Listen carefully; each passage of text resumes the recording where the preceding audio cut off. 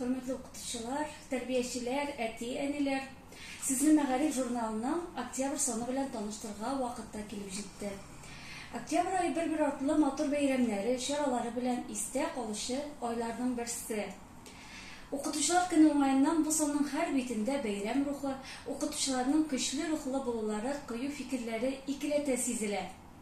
Bu son küpten tügül, özünün 25 yıllık yubileyen bilgiler ötken, Qazan 16. Tatar İngiliz Gimnaziyası Mektebi'nin işenliğine bağışlandı. Yana sanın tıp giroyu, naq mine əligi mektep bilen 5 yıl idare edişi, 16 yıl 19. Gimnaziyada Tatar Dili hem Edebiyatı okutuşusu bulup işlegen Gülfiye Halimova. Әңгәмәдә тәҗрибәле педагог гимназияның нинди максатларга ирешүләре, балаларга инглиз телен өйрәтүдә заманча алымнар, мәктәптә милли тәрбиягә нинди урын бирелүе турында тәфсилләп сөйләгән. Журналистның мәктәптә гимназияләр арасында күпмедер дәрәҗәдә көндәшлек яшәп килә. Сезнең гимназияның укучыларны җәлеп итү өчен нинди үзенчәлекле яклары бар дигән соравына Гөлфия Мансуровна Көндәшлек булу начар күренеш түгел. Үзенчәлеккә килгәндә, иң беренче итеп, мәктәптә балаларда милли үзаң формалаштыру, милли тәрбия бирүне әйтә алабыз.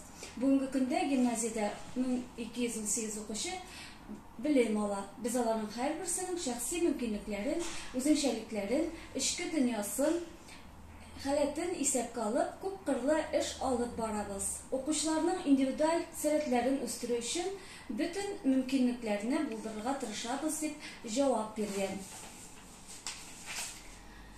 Şirattagı şelinde şallattık degen yazmada Məğarif jurnalı tarafından Tataristan Məğarif һәм Фән Министрлыгы Məğarifni үстерү институты белән бергәләп 9-нчы ел рәттән үткәрелүче абруйлы авыл укытучысы 2022 республика бәйгесенең финал өлеше турында, гомумән бәйгенең үткән тарихы турында фикерләр урын алган. Киләсе бәйгенең журналыбызның 110 еллыгы елында 10 яшьлек юбилеен билгеләп үтүе, аның тагы да зуррак масштабта үтәчәге турында да әйтелә. Быелгы бәйге катнашучыларда нинди тәэсир калдырган соң? Аларның фикерләрен, хис кичерешләрен белән авыл укытучысы бәйгесе сәхифәсендә укырга мөмкин. Сорауыбызга каршы абсолют җиңүче Руслан Набиуллин быел авыл укытучысы бәйгесендә үз көчен сынап карарга булды. Әлбәттә, мондый республика күләм дәрәҗәдә дәрес күрсәтергә алынуның бик зур җаваплылык икәнен аңладым. Мәгариф өлкәсендә зур уңышларга ирешкән танылган мөгаллимнәр алдында чыгыш ясау җиңел генә бирелмәде дип фикере белән уртаклашкан авыл укытучысының абсолют җиңүчесе Руслан Набиуллин.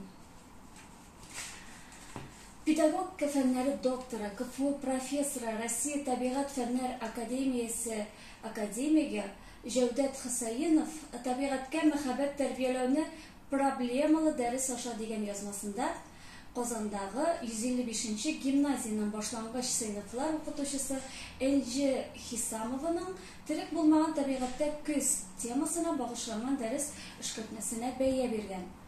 Тагын бер җитенкерәнмәгән юнәлеш дәрес тәрбия максатының йомшак үтәлеше. Биредә яшелчә, җиләк-җимешләр хакында сөйләнелә икән, алар хезмәт иясенең кул көче, тир түккән хезмәте бит. Аннары нигә әле җиләк-җимешнең, яшелчәнең маляжларын гына файдаланырга иде?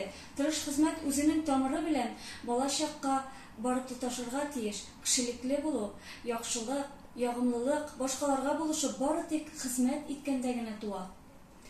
Балаларны хезмәт дөньясы белән таныштырырга, кешенең матурлыгы бары тик хезмәттә ачылуын төшендерергә кирәк иде дип язган галим. Аның дәрес үткәрү буенча кызыклы тәкъдимнәре барлык башлангыч укытучылар өчен дә кызыклы булыр иде.